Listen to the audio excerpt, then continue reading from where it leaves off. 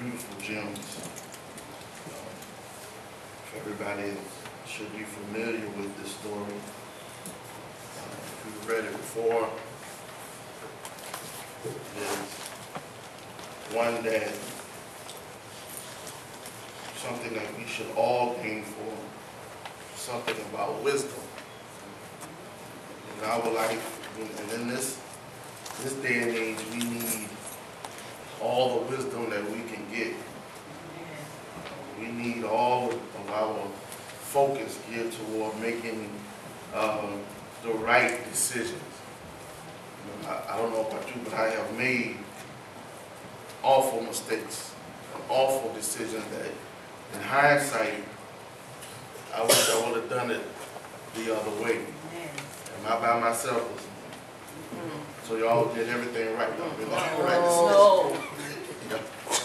Y'all did everything right the first time. No. The first decision. Yeah. Y'all didn't answer me back.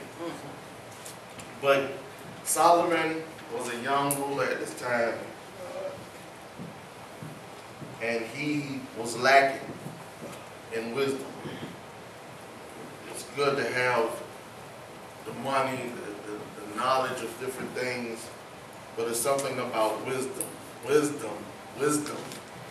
It will carry you a long way. Yeah. In the lesson it says that wisdom is more than a book of knowledge. It involves knowing the right thing to do and doing it. Social scientists have observed that the heads of even large corporations, they're not young people. You look at the leaders of all of your big major corporations. The average age of these guys are 50 and above, because you got to have some wisdom when running a corporation. Not saying that young people don't know anything, but the older you get, the more experience you get in certain things in life. There are certain mental processes that seem to come only with maturity. And this was something that young King Solomon was lacking. He was lacking that mental process. You're young and you got money. What do most young people want to do? They want to party. They want to have a good time. I'm young. I want to do what I got to do right now until I get to that age. That's what we said. I said it. I'm 25, I'm 20. I'm going to do what I got to do. I'm going to have a good time doing it because I'm young. I'll worry about the other stuff later, but the mental process is not there. Because you feel like you got years to do what you want to do. You feel like you can just take, I'm young. I can take my time. So the mental process, as you get older and more responsibility is on you, you realize that certain things take place or precedence over other things. At a young age, I didn't have that many bills. Not staying with mama. But then when I got on my own, it's a whole different ballgame. Things that I would want to purchase and want to buy, I would have to think about it. Things that I want to do, if I had to budget myself. I had to learn how to spend money wisely. And that all comes from wisdom. When we were young and I first started working, I stayed in the mall. Amen. I stayed in the mall. I was young. I had on the fresh clothes, shoes, $100-something. That because you think I would do that now? With rent and car note and insurance and life? No. Things change when you get older. It should. You begin to think of, you should. That's right. You should be able to think of things that you need to do to be more responsible. And the older you get, young people, you're going to learn that, if you get it now, when you get older, it'll be much easier for you, because some of us have not even grown up yet, and we in our 50s and 40s and stuff. And we're not mentally processing That's right, what we need. right. So this was something that young King Solomon was lacking. But God granted him what? Wisdom in beginning his reign in 1 Kings 3:3-15. True wisdom comes from God. And we read in James 1:5 that if we lack wisdom, we should ask God. And do you believe that he will give it to you? Yes. At many points in our life, we are challenged to make decisions, and if we are wise, we will ask God for his help. Because all of our help comes from the Lord.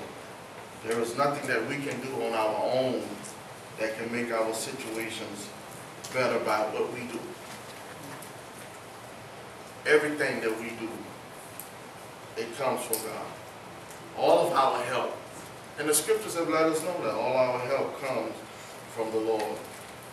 So as we dive into this lesson, our aim for change again, we will understand the importance of seeking divine wisdom.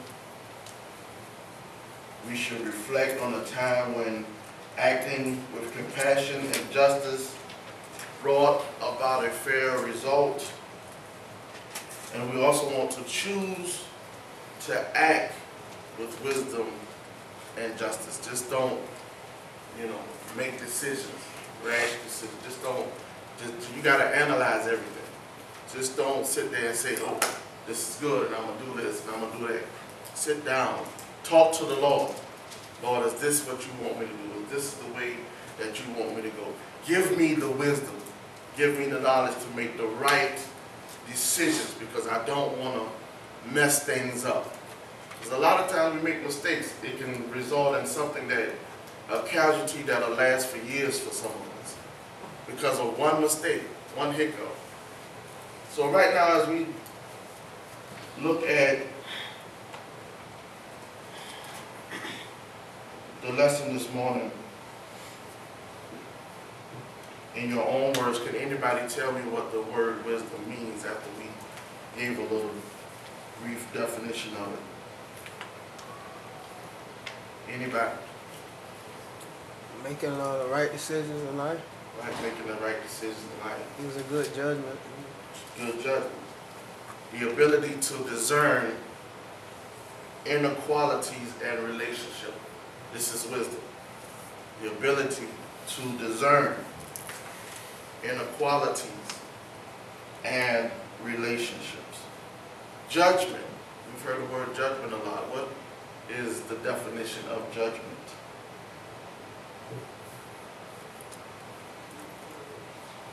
Anybody?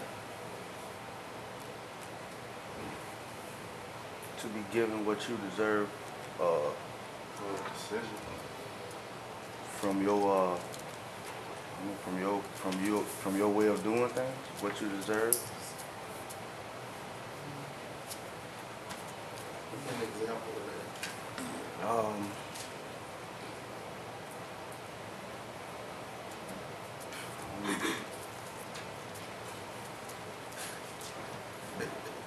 Can't think of a good one. Okay, the definition of judgment is a formal utterance of an authoritative opinion. It's an authoritative opinion, judgment. The unifying principle this morning of wisdom and judgment is that people need a just and wise mediator when life presents unjust situations. To whom may we go to receive justice? Because of Solomon's relationship with God, he was able to make just and wise choices. Do we do that? Do we make those decisions? Do we go to God when we're faced with these choices? How many of us do?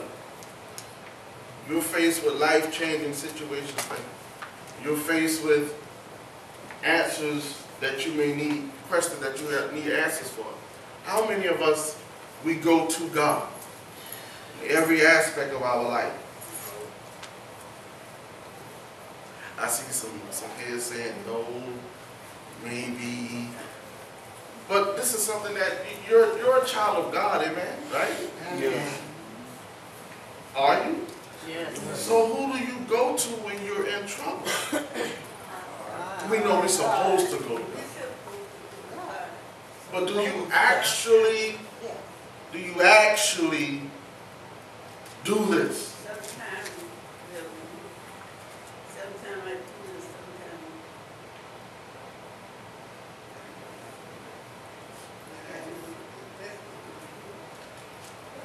So wisdom teaches us that we must rely on God. Wisdom teaches us that the only justice comes from God. So when we face adversity, when you face trials and temptations, you go to God. That's your first initial response, is that we go to God. Why is it that we're saved, set free, and delivered, but the last resort we use is God, when He should be the first choice? That when I'm up against the wall, how many situations have you all been through in your life where nobody brought you out but God? So you know this. You have some type of experience with this. But how many know that it's in the Word? And then when I go to the Word, I get my answer. Or when I hear the Word, I get that answer. Are you expecting that when you come into the house of the Lord? Yes. Yes. That when I go to church, or when I open my scriptura, when I read His ecclesia, when I listen to this Word, am I expecting God to perform what I need? Yes. You have to be confident. Yes. You have to know that all of my help comes from the Lord. This will stop a lot of us from being stressed out Yes. and overstressed and worryful, because some of us, we're some worrisome individuals. If God said it, and He put it in His Word, and He said heaven and earth shall pass away, but this Word will stand throughout eternity, Yes. and that anything I need, He had it, Yes. then I don't need to worry about anything. Yes. That God is going to bring it out for me. He's going to perform Yes. everything that He says. Do you actually believe in the Lord? Yes. Like you should. Yes. Jesus. Yes. What